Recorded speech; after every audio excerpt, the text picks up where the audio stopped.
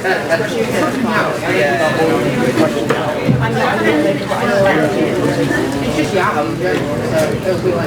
good afternoon everyone. Hello. Yeah, let's just get this out of the way. Hello, I'm Goku, muffin button. Oh, I'm such a goof. There we go. Thank you. Anyway. Oh, thanks. But basically, that's not what you're here for. What you're here for is some bad fanfiction, right? Yeah! Okay. Now, Master Gaming into the Smile couldn't actually be able to come today, unfortunately. Yeah, no, it's just he was taken aback by the fanfiction. He managed to find some new sources, but he did charge me with his precious book. So his book, which is totally not an iPad. No, who needs technology when you got bad fanfiction? So yeah, he has been working on season 4 of bad fanfiction. I do have some of the samples from season 4 right here. So there are choices here, including some of questionable nature, suffice to say. But yeah, we're actually starting a little early, so I'm just gonna get my get wireless set up. So while I'm doing that, just basically, who here is having a good time at Sunnycon? Whoop, whoop.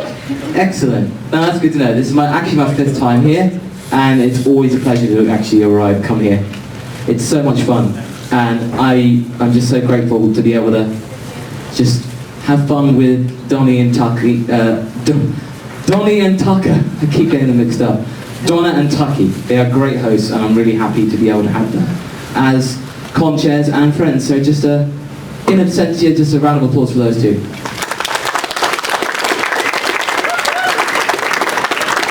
Why are you being polite? It's bad fanfiction here. You've got a right to be grumpy.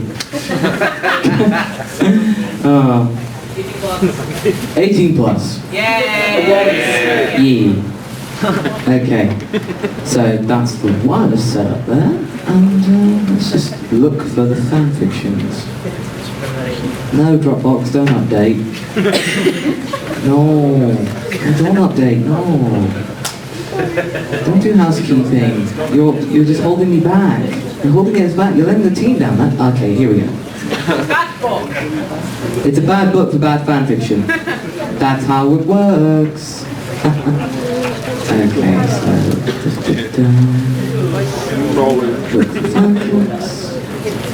totally riveting this is. Yeah, technology's your best friend, but it's also if you fucking understand me, isn't it? Pretty much. Yeah, it's just like you said, hey, I can show you the world, but oh no, update, sorry, you're gonna have to wave. Okay. Roll for expense. Oh no, no, I fumbled. Oops. Really? Natural one. RN Jesus, why'd you betray me? I think we'll start off. So this is a classic one. Okay. This is one from season 2, and this one's by Jacob Douglas. And this is one, Goku and Frieza become friends. Straw poll. Who's seen the episode that I did it in? Oh, okay. Alright. For those of you who don't know, I go by MasakoX Stream on YouTube, and Gamington Smiles hosts his video on that channel. So if you want to look it up and look at all the previous episodes, all like 30 plus of them, for 18 plus, just subscribe. Subscribe for more. Like, comment, subscribe, share, and all the other social media conventions. Okay, Goku and Frieza become friends. When Goku needs help, Frieza saves the day, and they fight bad guys together. Chapter 1, Goku meets, as in that's meat, as in the bacon meat, Frieza. Our hero Goku arrives to Earth and doesn't have all that much friends. But Goku didn't need too many friends because he was a Super Saiyan and could do what he wanted. He could flee and shoot power balls at any bad guys that had shoot at him. He was a lone warrior and didn't need no sidekick either. But one day when Goku was almost lost to the bad guys, Frieza shooed up and laser blasted them all. Goku had been saved thanks to Frieza, so Goku decided that Fraser and him were going to fight side by side. Chapter 2, Heroes of the World. Goku and Frieza were the ultimate Super Saiyans and didn't afraid of anything that they fought. But one day a real bad guy named Vegeta threatened them and then attacked them. So Goku threw hard punch and hurt Vegeta bad. Ouch, Goku, you win this time, but I will return, and when I do, there will be much pain, said Vegeta. We won the victory, Freezer. High-fived Goku. Yeah, but we should need to watch out, because what happened if we aren't too prepared for next time? As in, the neck. As in... for the time of neck. Vegeta is a wimp. We can win always. Goku said proud. Chapter 3. Vegeta pies another visit. Goku and Frieza had just done fighting our evil gang when the gang leader yelled, "We're calling in our boss," yellowed gang leader. Oh yeah? Who's that? Frieza asked. Gang leader yelled, "Vegeta! He is tough and kill you!" Vegeta is returning? Good, because we can take him on. Goku said proudly. Vegeta turned from the dust in the rubble from a building that were destroyed after intense fight. "Here I am, pitiful morons!" Vegeta exclaimed. Vegeta, we can take you. Goku hollered. So Goku and Frieza threw painful kicks and Frieza shot lasers from his eyes, and they hit Vegeta and caused him a lot of pain. Vegeta fired a lot of hand missiles and they hit Goku from the stomach, and he couldn't fight longer. "Goku!" Frieza said worriedly. I'll be fine. Just finish him off for me. So Frieza used a finger blast and it hit Vegeta in the eye, and his eye was gone. Ow! Vegeta said as he collapsed. Goku told Frieza, That was great. And I was avenged. and he died. Goku! Frieza yelled.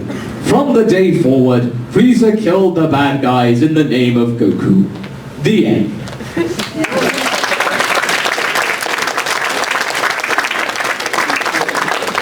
Okay, now we're going to go on to another one, which is probably one of my personal favorites. It's an MLP fanfiction. And this one by Peter Chimera. Who's heard of Peter Chimera? Yay! Basically, Peter Chimera is probably one of the best fanfiction readers and writers I've ever seen. He wrote Quarter Life Halfway to Destruction. So good. No, not all of Dallas! And it was a nice place, and my friend lives there. Okay, this one is called My Little Pony. Friendship is Danger. Chapter 1. Rainbow Dash woke up and went to at the garden. Hello, Rainbow Dash, said a girl pony who one named Flyhoof. Okay, hello, Flyhoof, I have never met you at before. No, I am a new pony, and we have to find Applejack. First, Rainbow Dash went to Applejack's house, and they ate an apple pie, and then they went to the space base, where they had to get ready to go into space. Put on your spacesuit, Rainbow Dash. Okay. And then when they landed on the moon, everything was okay, and they had a picnic. But they couldn't eat because they had to keep their spacesuits on. So it was only a pretend picnic. But while they were gone, 100 disasters happened. We have to go back to, Flyhoof said. Flyhoof was a pegasaur, but she had horn like unicorns, but it didn't do anything.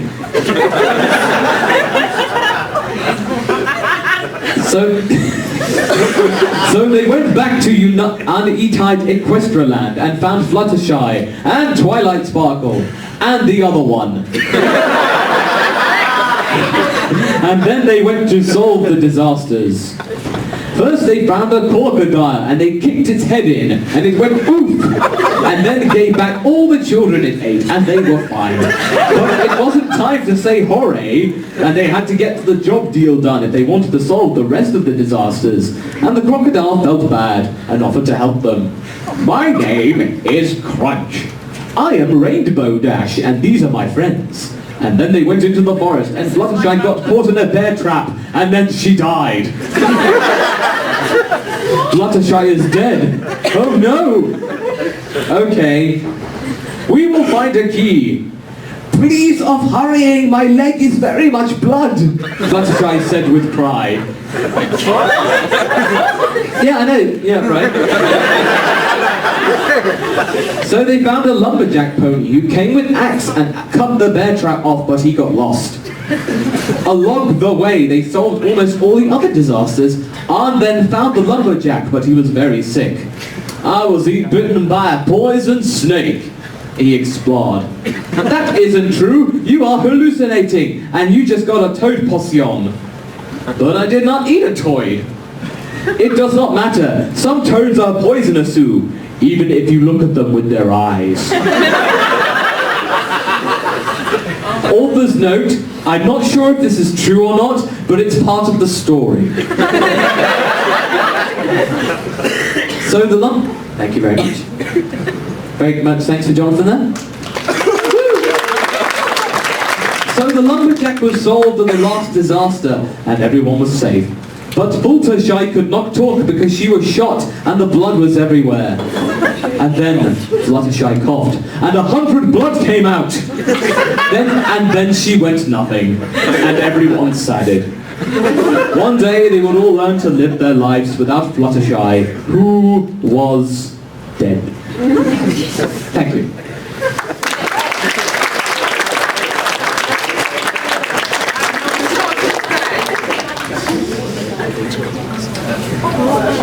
Okay. Oh, here we go. Here's one that I think is definitely 18 plus. This is one that I wouldn't do for the show. Come on, reach. Hey! Woo. Usually on Mondays I do bad fanfiction live streams with Gamington Smythe. I have to operate it because he doesn't know his way around the computer. But every Monday night I do the topic and find really bad fanfiction. So if you want to go on my channel, 11 o'clock on Monday nights. So it's a good way to say fuck you to Mondays. Fuck off Monday. Hello Tuesday. Tuesday's not so bad. Tuesday's like the really, the younger brother of a Monday and feels really, really ashamed of it. It's like, he's not my brother. No, I don't like it. Yeah, Friday's cool though. Friday's a good day. Okay, now here's one. I believe, I've never been actually to be able to decipher this, but I think it's a Naruto One Piece crossover. And it's by Wailersaw, and it's called Love Like Sakura Blossoms.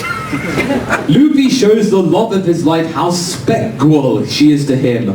Warning, lemon! Oh god, no. Actually, who knows the protocol about deciphering? Okay, for those of you who don't know, lemon is basically kind of like there is going to be quite a bit of sexual content, and lime is even worse. So that lemon and lime, how it leaves a sour taste in the mouth, kind of, yeah, it makes sense in a way. But yeah, it's a shame because I like lime. Not this lime, but hey, and it's on camera too. Oh, there goes my professional career. Oh. Thank God it's just there, it's making stupid YouTube videos. And I keep in benefit. Anyway, Sakura is Alsa P-Right, and she was a captain to but she got plunged overboard from her ship and Luffy fended her. And then he comforted her. The times when she had nightmares, he would rape his arms around her.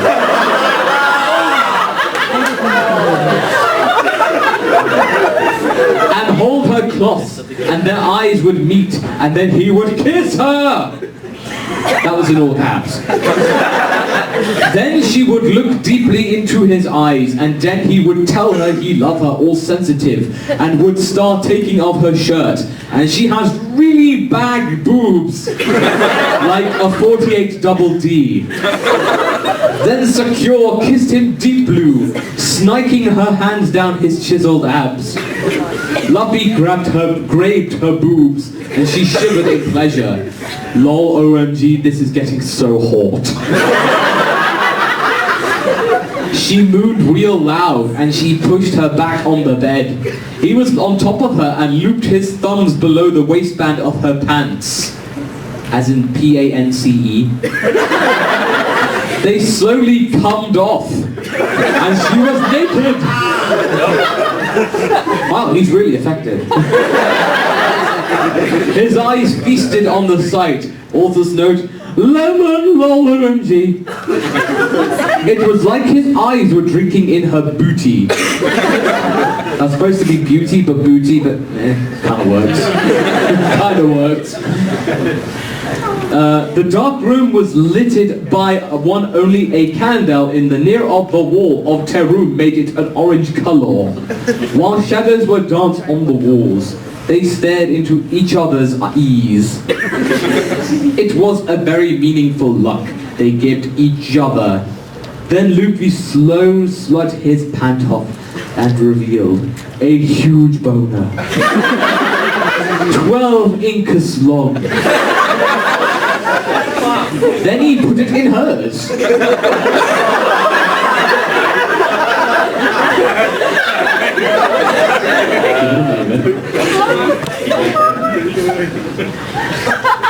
She's wearing a futa.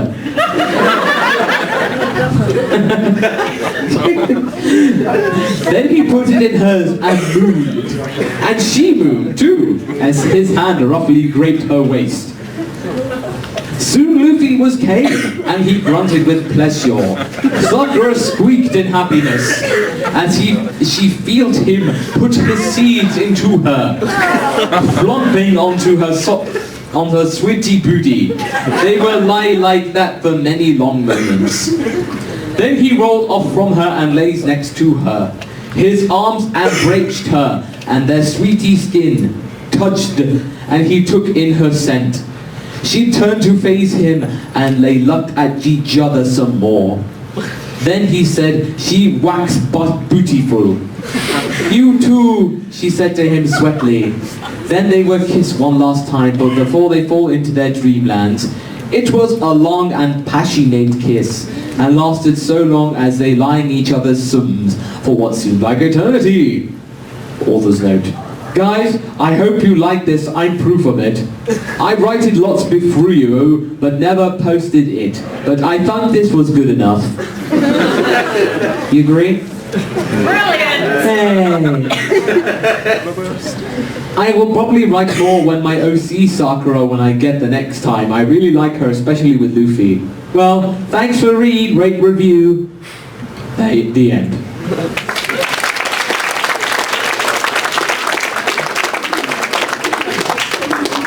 What are the reviews? I don't know the reviews, unfortunately. Oh, this is good. Oh, okay. Right. Can I drink one moment? Hello friends, you came in at the right time because I'm going to pick one of the most twisted ones I actually have in my archive. Yay! 18 plus! What? 18 plus! This is 18, oh this is 18 plus one. Okay, I have no shame with this one. Now, this one is by an author called Real Dodgy, Real True. And this is Real Dodgy, alright? It answers a long question that we had from our childhoods. Why is Poe so pale? Oh no. Who's read this? I heard you read it at Alcon. Who heard this at Alcon? Okay, so I'm going to carry on. More people will now. It wasn't long before Snape returned to the ruins of the Teletubby Land, following his dreadful interaction with the old headmaster Albus Dumbledore.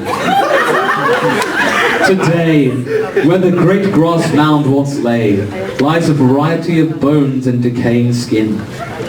Purple, yellow, and green. Along with the odd stray black hair. Of course, Snape's pubes were also black. You don't have to tell them that. Ah, speak of the devil. He stood not too far away from you, seeing you read this. That's right. He likes to watch young people. In fact, he's in this very room. Where'd he go? Oh shit. Oh, okay. Go down that. Okay. 'Tis true. And of course, his closest child lover appears beside him. Poe. I lived, you see. Snape translates for you from Poe. A good job she did too. The last thing Snape wanted to do was to be a necrophiliac. Otherwise, he'd have to find where they buried his mum and Dumbledore. Oh, and Lily. But he can't talk about Lily in front of Poe because she gets jealous. Because they're both red. Snape explains, brushing a strand of your hair aside and whispering into your ear. Poe wanders off. She wasn't entirely stupid. Her boyfriend, father, uncle, and brother, Snape. As in that... her boyfriend, father, uncle, and brother only whispered if it was about Lily. Poe, come back. I'll make it up to you, he promises her, leaving you behind to find his apprentice. He finds her by the mound which has become the unofficial grave of her fellow tubby people. By the glimmer of the child-faced sun above them, Snape's wanked fodder after the incident, and she had refused to let him touch her again. You said you'd make it up to me, she told him in her own way. And I intend to.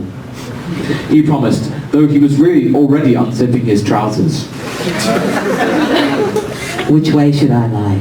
Do I need to vomit for you? She began interrogating him foolishly. You need to be quiet, he told her. So you can imagine Lily, Poe accused him. Would I do that? He asked her. I don't know, she replied. Flashing his trademark smirk, he pushed her onto her back and pulled her very soft and small legs apart with just one hand before slapping the edge of her legs with his recently free great big cock. It was bigger than her leg and her arm together and wider than an innocent hole after she had not let him keep her fresh and wide. What if I say no? She asked him. You won't. He replied. No, she said smartly. If you do it now, it's rape. That's what Tinky Winky taught me.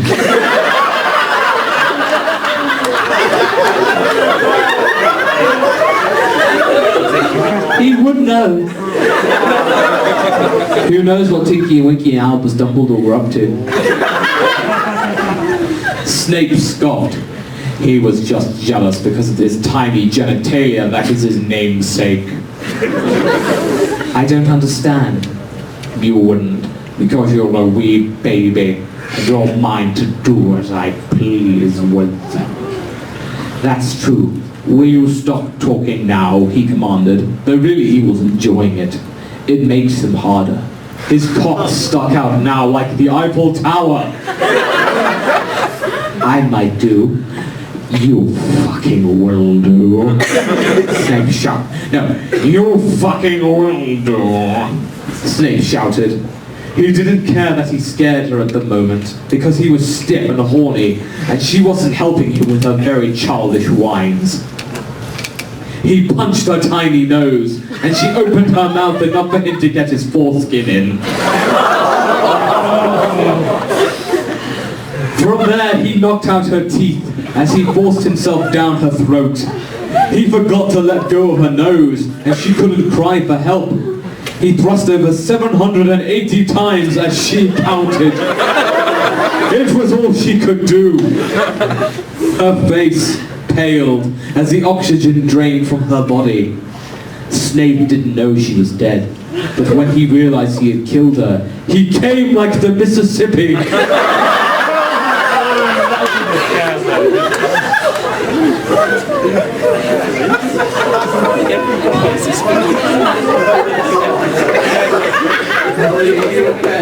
Perhaps necrophilia wasn't so bad. He needed something anyway.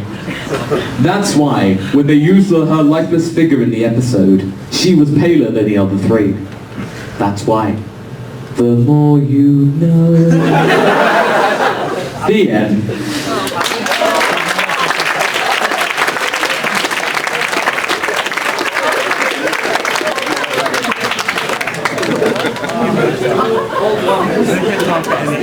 Okay. We're on the side. Okay.